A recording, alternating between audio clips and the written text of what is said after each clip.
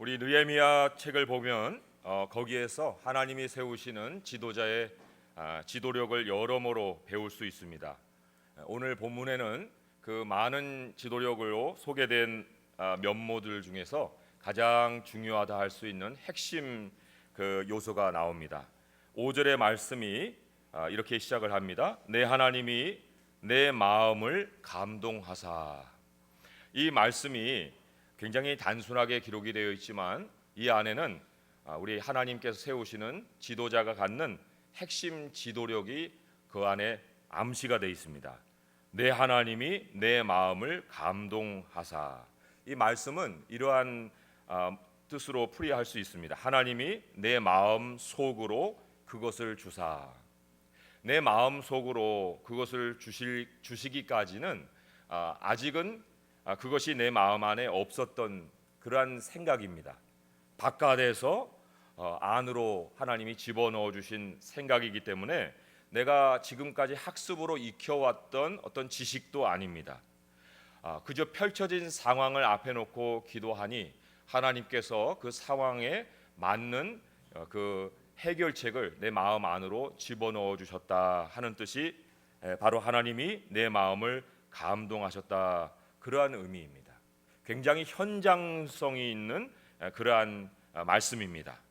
이러한 말이 앞장에서도 나옵니다.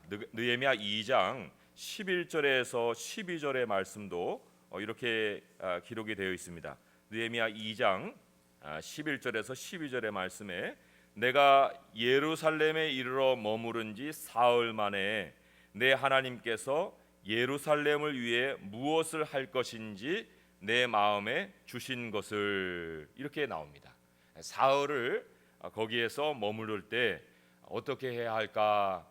느헤미야도 방향을 정하지 못하고 있을 때 하나님께서 이런 저런 일을 하여라 하고 마음에 생각을 심어 넣어 주십니다. 그 전까지는 없었던 생각을 하나님이 그 마음에 생각나게 해주시는 것입니다. 이게 바로 하나님이 세우신 지도자가 갖는 그 지도력의 중심에 있는 모습입니다. 사실 굉장히 즉흥적인 아이디어를 하나님이 심어주시는 것 같습니다. 하지만 즉흥적인 아이디어와 하나님이 지금 현장에서 주시는 이러한 지혜는 그 근본의 차이가 있습니다. 어떤 차이겠는가 할 때, 이 즉흥적인 생각이 사람에게 임하게 되면 그 사람이 그 당장에 어떠한 뒤 앞을 생각지 않고 행동으로 바로 옮기게 돼 있습니다. 그것은 기도의 준비가 없이, 하나님과 동행함이 없이 움직일 수 있는 그러한 위험 요소가 있습니다. 그걸 바로 우리가 즉흥적인 아이디어라고 얘기를 할 수 있는 반면에, 하나님이 주시는 생각은 그러한, 물론 현장은 긴급합니다. 그리고 해결이 당장에 주어지지 않으면 방향을 잡을 수 없는 그런 상황이 펼쳐질 수 있습니다. 하지만 그렇다 해서 하나님이 조급하게 적용할 수 있는 생각을 주시는 것이 아닙니다. 하나님이 주시는 것은 현장성이 있긴 하지만 굉장히 질서 있게 진행해 갈 수 있게끔 하나씩 계획을 세워갈 수 있는 토대를 주십니다. 그래서 그 토대는 결코 이 즉각적인 결정을 해서만이 그 위에 집을 쌓아갈 수 있는 그러한 토대가 아닙니다. 오늘의 경우도 마찬가지입니다. 그 예루살렘 성을 보는데 주민이 없습니다. 주민이 아주 작습니다. 성은 다 쌓아 놨는데 그 성을 채울 사람이 이제 없는 것을 발견합니다. 그럴 때 느헤미야가 과연 무엇부터 했겠는가? 즉흥적인 아이디어를 생각하자면, 이 성의 사람을 어떻게 채워야 되느냐? 이 마을 사람 동원해야 되는가? 저기 가서 사람을 끌어모아야 되는가? 그런 생각을 즉각적으로 했을 텐데, 느헤미야는 지금 역사의 자료를 모으고 있습니다. 계보를 지금 모으고 있습니다. 5절의 말씀이 그러하지 않습니까?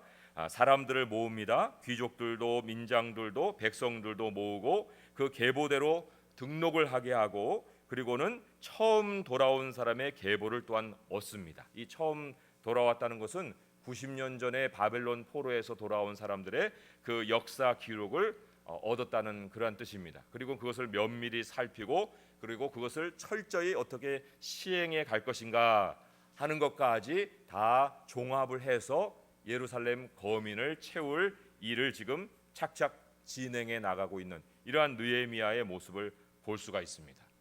잠언 21장 5절에 보게 되면 이런 말씀이 있습니다. 부지런한 자의 경영은 풍부함에 이를 것이나 조급한 자는 궁핍함에 이를 따름이니라. 부지런함이라는 것은 해야 할 일이 있을 때에 가질 수 있는 모습입니다. 부지런함이 있는데 해야 할 일도 없다. 그러면 그 부지런함이 무슨 의미가 있겠습니까? 그런데 그 해야 할 일이라는 것은 또한 계획이 있고 난 다음에 나올 수 있는 것이고, 그 계획이라는 것은 하나님이 주시는 생각이 그 근본에 있어야만 그 계획이 또한 바른 계획이 되는 것입니다. 그래서 여기 부지런한 자의 경영이라 하는 것의 뿌리에는 하나님이 주시는 생각, 하나님이 심어주시는 그 생각이 있다는 것입니다. 그런데 하나님이 생각을 심어주셔도 그 생각을 하나님의 큰 그림과 연결시킬 수 있을 때에만 그 생각을 받을 수가 있는 거예요. 전혀 준비되지 않은 그 마음의 그릇에 하나님이 생각을 심어준들 그게 무슨 그 사람에게 동기가 되겠습니까? 무엇을 해야 할 어떤 그 계획을 세울 수가 있겠습니까?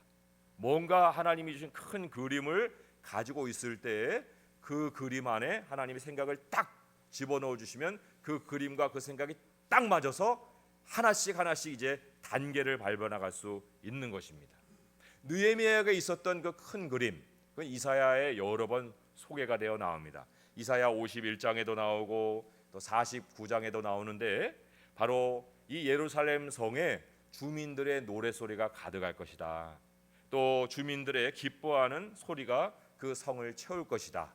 그리고 거기에는 주민이 많아서 좁은 장소가 될 것이다. 하나님 그렇게 약속을 해주시고 바벨론의 사람들을 그 사로잡혔던 사람들을 이 예루살렘으로 다시 돌아오게 하셨습니다. 그러한 큰 그림이 있는 느헤미야예요.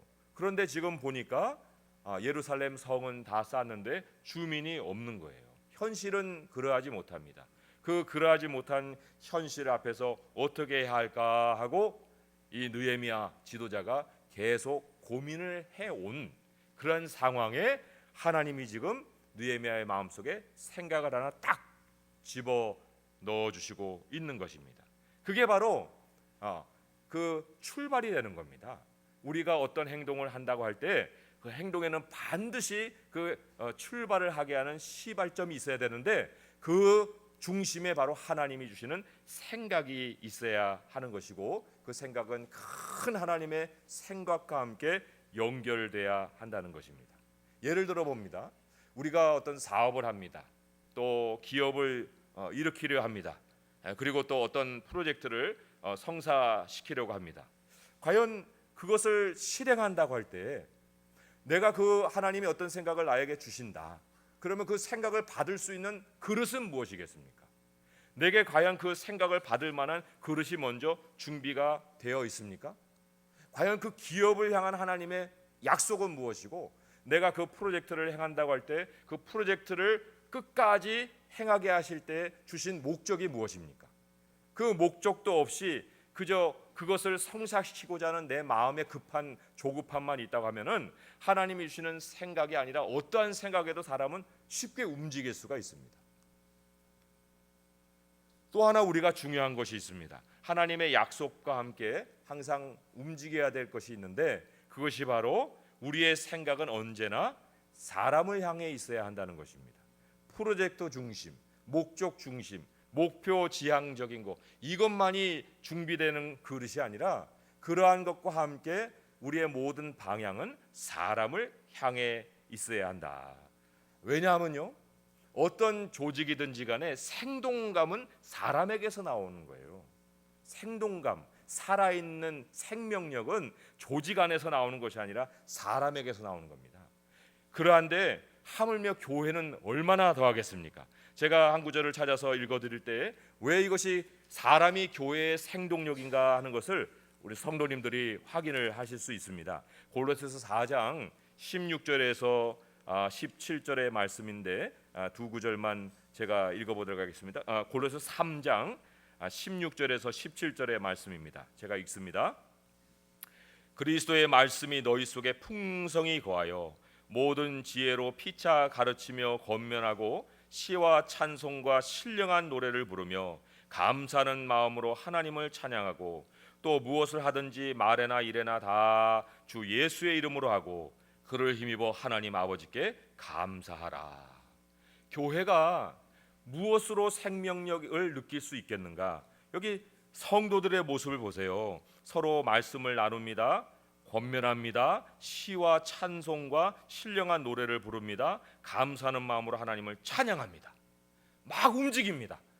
성도들이 움직이고 있는 이러한 교회. 교회가 울타리를 만들어 놓는다고 해서 교회의 모든 준비가 끝난 것이 아닙니다. 그 교회의 인테리어를 잘 갖춰 놓는다고 해서 교회가 준비가 된 것이 아닙니다. 교회가 생명력 있는 생동감을 가지려면은 바로 사람이 채워져야 되는 것입니다. 그 사람이 어떠한 조직이든지 그 조직을 활기 있게 만드는 기본입니다.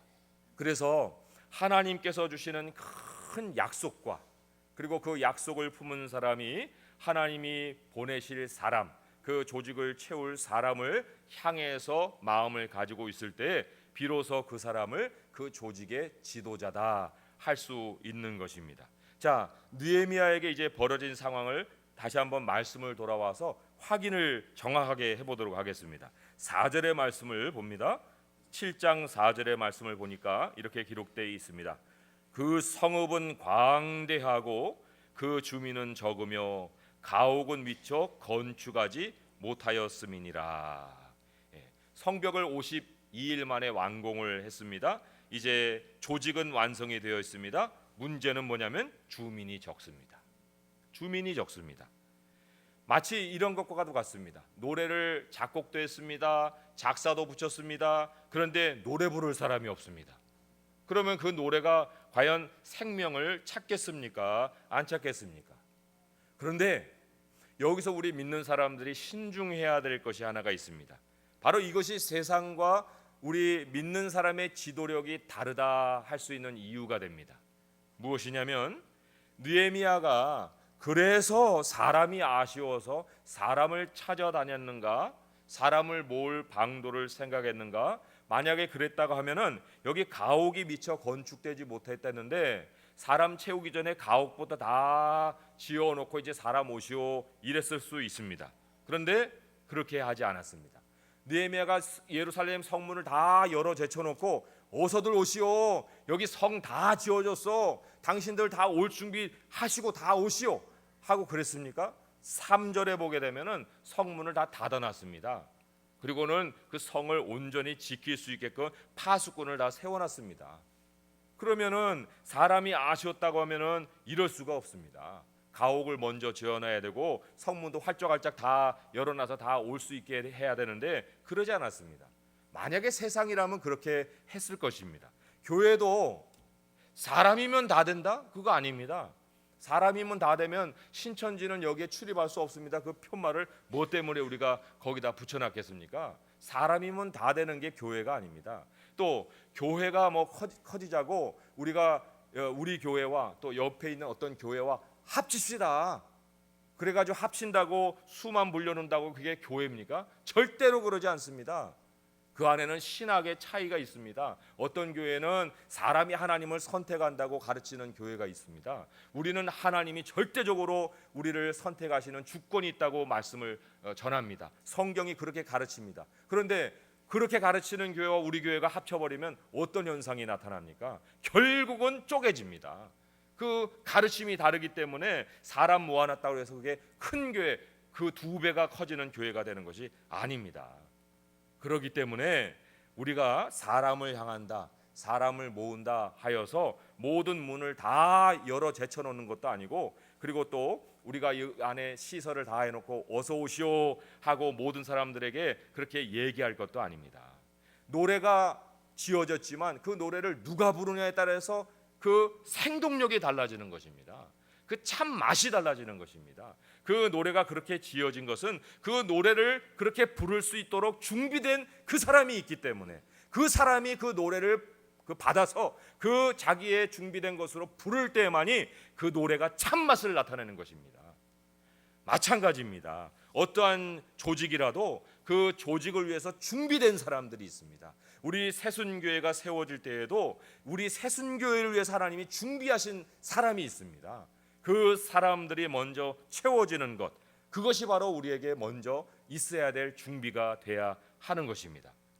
느헤미야가 그래서 하나님이 생각을 주십니다. 예루살렘 성은 엄청나게 크게 이렇게 지어놨는데 주민이 없어요. 그리고는 고민합니다. 하나님 어떻게 해야 됩니까? 어떻게 해야 됩니까? 할 때 하나님이 느헤미야에게 채워주셨을 그 생각이 바로 이런 거예요. 느헤미야에게 이런 생각을 주셨을 것이 분명합니다. 무엇입니까? 예루살렘에 살기로 준비된 사람들이 있느니라. 그게 하나님이 예루살렘을 바라보는 느헤미야의 마음에 주시는 생각입니다.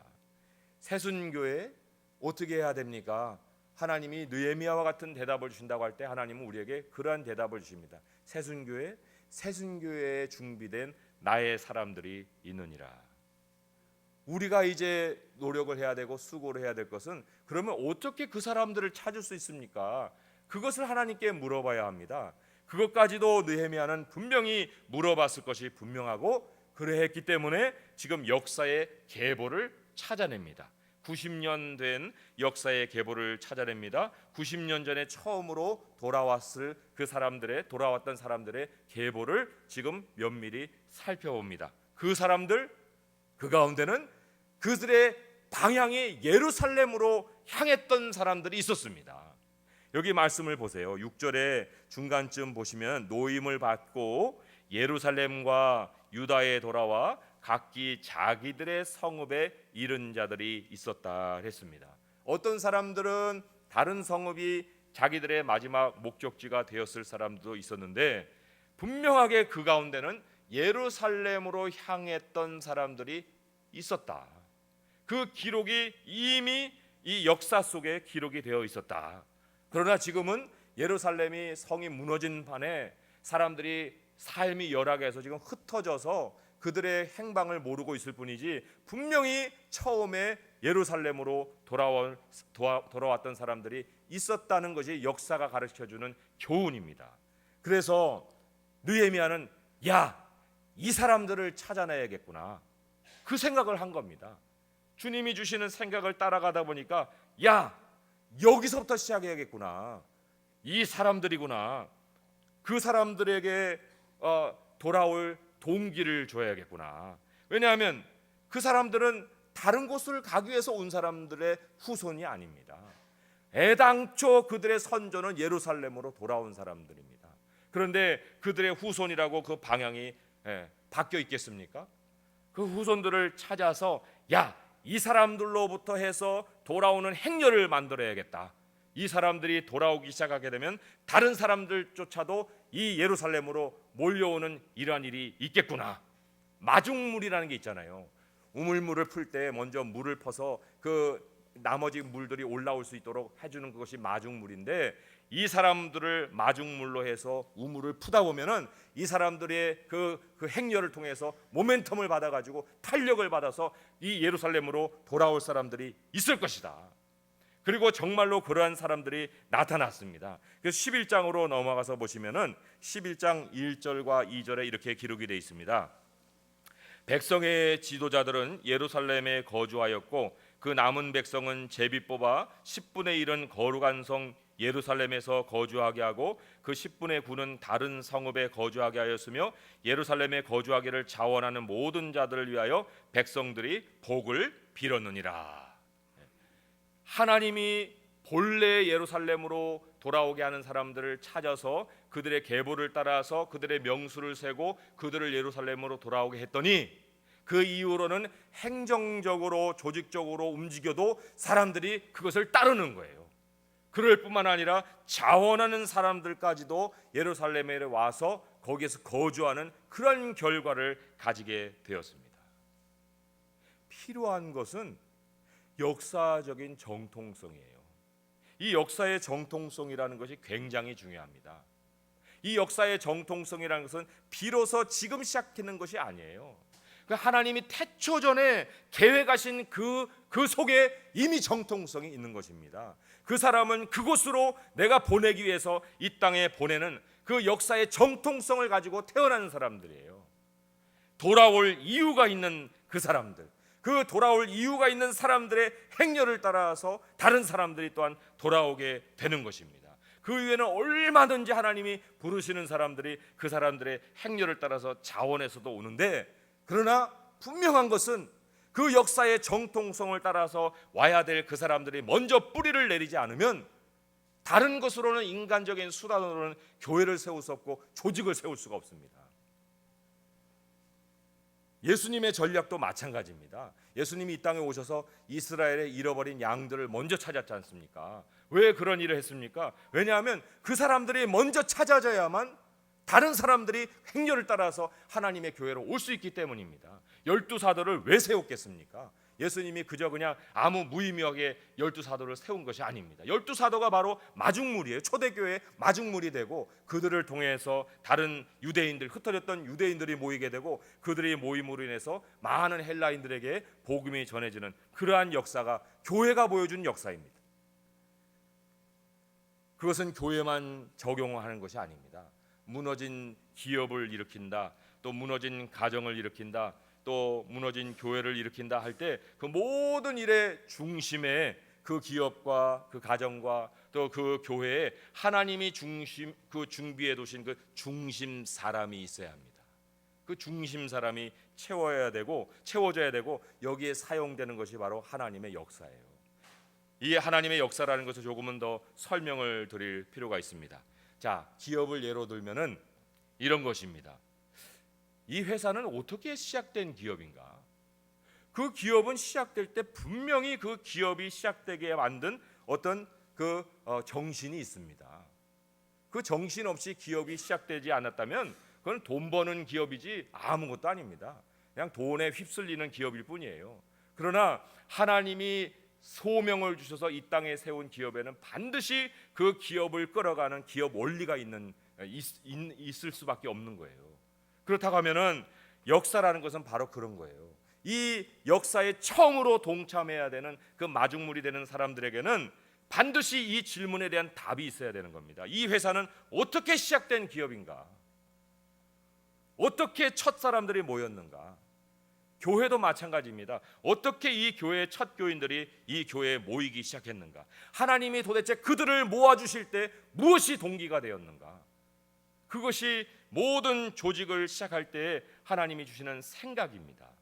그리고는 우리는 무엇을 이루어왔고 그 이루어오는 과정에서 무엇을 이뤘는가?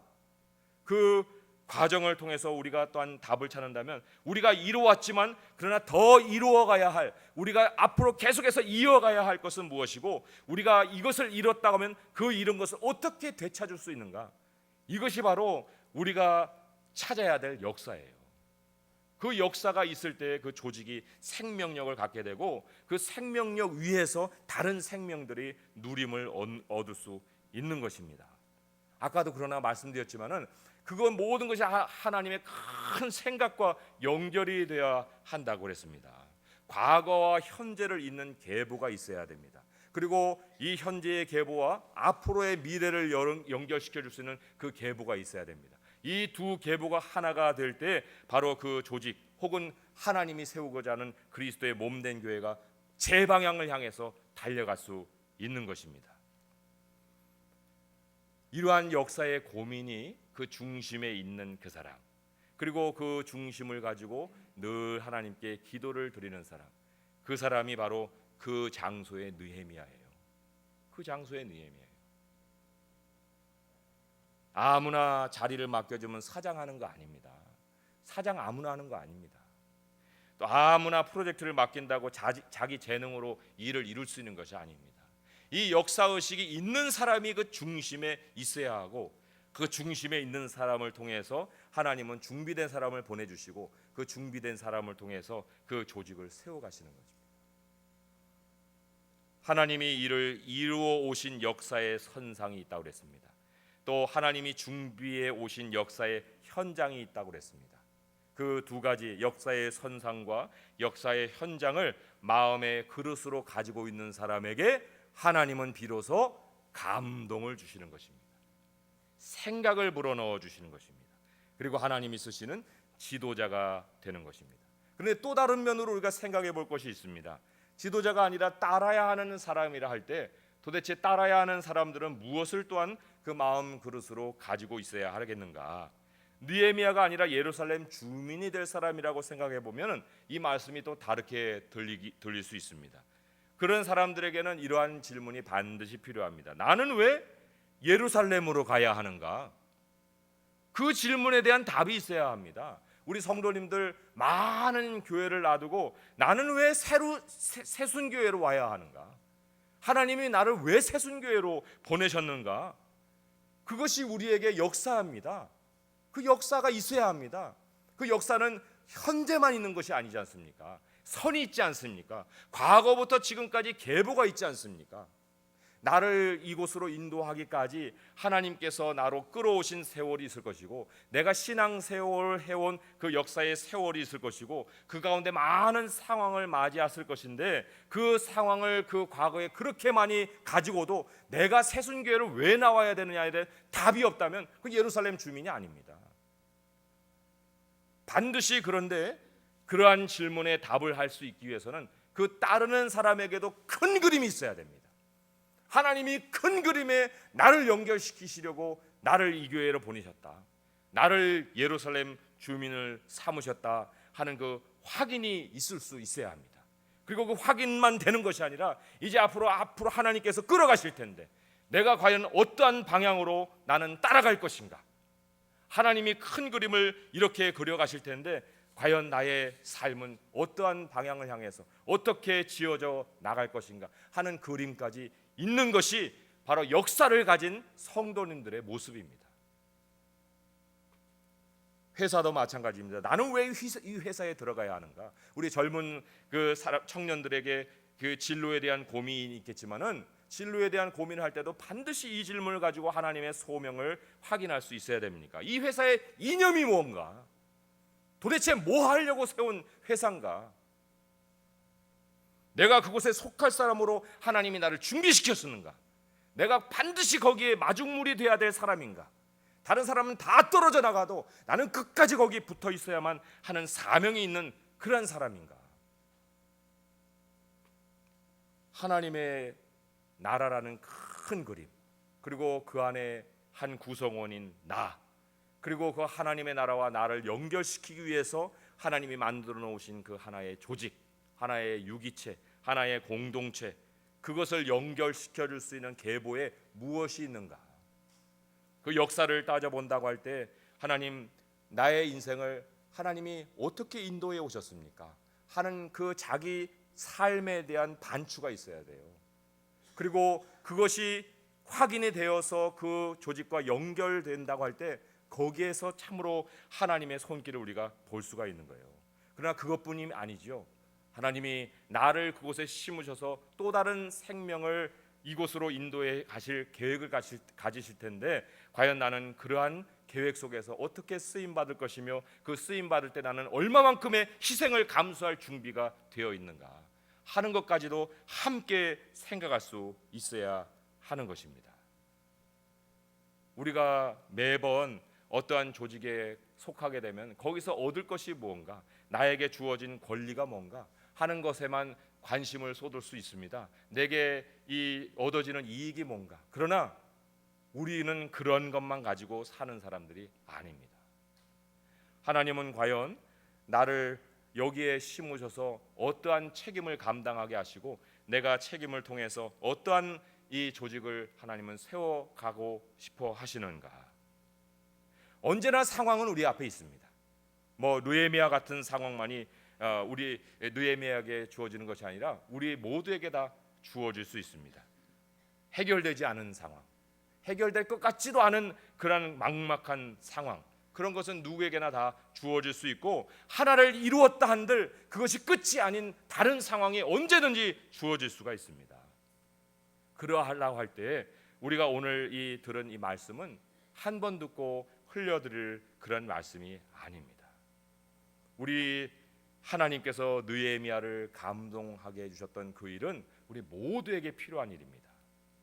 그 하나의 생각을 받아든 느헤미야, 그러나 그것은 하나의 생각으로 멈추지 않고 예루살렘을 꽉 채우는 그 지도력의 중심에 하나님이 사용하시는 인물이 되었고, 그리고는 결국은 우리까지도 그 혜택을 지금 보고 있는 것과 같이 우리 하나님이 주시는 작은 생각이 커져서 정말 큰 하나님의 일로 발전되기 위해서는 우리 가운데 정말 하나님께서 부르신 소명과 함께 역사 의식과 함께, 그리고 나를 하나님이 심으셨다는 그 책임 의식과 함께 정말 하나님 앞에 쓰임 받고자 하는 그 지도자의 자질을 누구든지 가지고 있어야 하는 것입니다. 우리 하나님의 큰 약속을 다시 한번 이 시간에 확인해 보시기 바랍니다. 나의 가정을 향해 주신 약속, 나의 교회를 향해 주신 약속, 나의 기업을 향해 주신 약속, 그리고 비록 내가 그 기업의 소유주는 아닐지라도 내가 그 안에서 일하게 된 그 동기 속에 하나님이 주신 큰 약속이 있는가? 그 약속을 가지고 나는 지금 현재 내 모습을 이끌어가고 있는가? 그것이 확인이 된 상황에서 우리 안에는 늘 하나님을 향한 이러한 선한 근심이 있어야 됩니다. 무엇이 있어야 됩니까? 하나님이 이러한 큰 그림을 주셨는데 아직은 그러한 모양이 아닙니다. 하나님, 이 모양을 어떻게 잡아가려 하십니까? 하나님, 나에게 생각을 주세요 하는 그 근심을 늘 가질 수 있어야 합니다.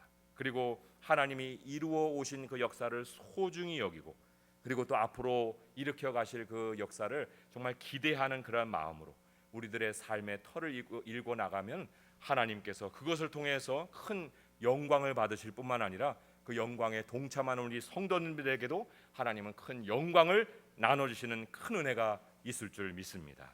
오늘 우리가 말씀을 맺으면서 우리 마음에 이렇게 또한 정리하고 기도할 수 있기를 바랍니다. 우리가 마중물이 되어야 하는데 하나님, 나는 과연 그 마중물이 되어야 될 장소는 찾았습니까? 하나님이 심으신 그곳에 내가 먼저 행렬이 되어야 되는데 그 먼저 되는 행렬 가운데 나는 과연 걸어가고 있는 한 요소가 되어 있습니까? 하나님, 그러한 나의 모습이 확인이 된다고 하면 이제 우리의 첫 걸음은 잃은 자를부터 찾을 수 있어야 되는데, 새순교의 계보를 이어가는 역사의식이 내 안에 있어야 되는데, 하나님이 이루실 목적을 가지고 이 교회를 세워야 되는데, 하나님, 이 교회 왜 세우셨습니까? 무엇을 위해서 세우셨습니까? 앞으로 어떠한 교회를 세우고자 하나님은 나를 이곳에 심으셨습니까? 오늘 이 시간은 우리가 다시 한번 하나님께 기도하는 마음으로 나가시면서 이 시간에 눈을 감고 계속해서 기도하는 시간 가질 때, 하나님, 나를 믿음의 계보로 사용하시고 나를 하나님의 그 마중물로 사용하시고 우리 교회를 향하는 하나님의 뜻을 이루시기까지 늘 깨어 하나님의 생각으로 채움받을 수 있는 일꾼이 되게 하여 주옵소서. 한 목소리로 기도하겠습니다.